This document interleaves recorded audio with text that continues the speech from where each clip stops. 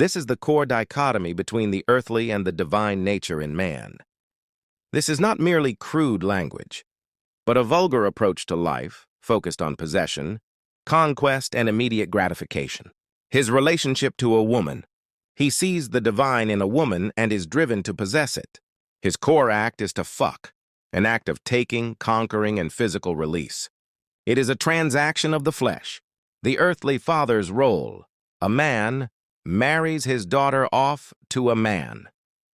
This is a transactional arrangement, a passing of possession from one man to another.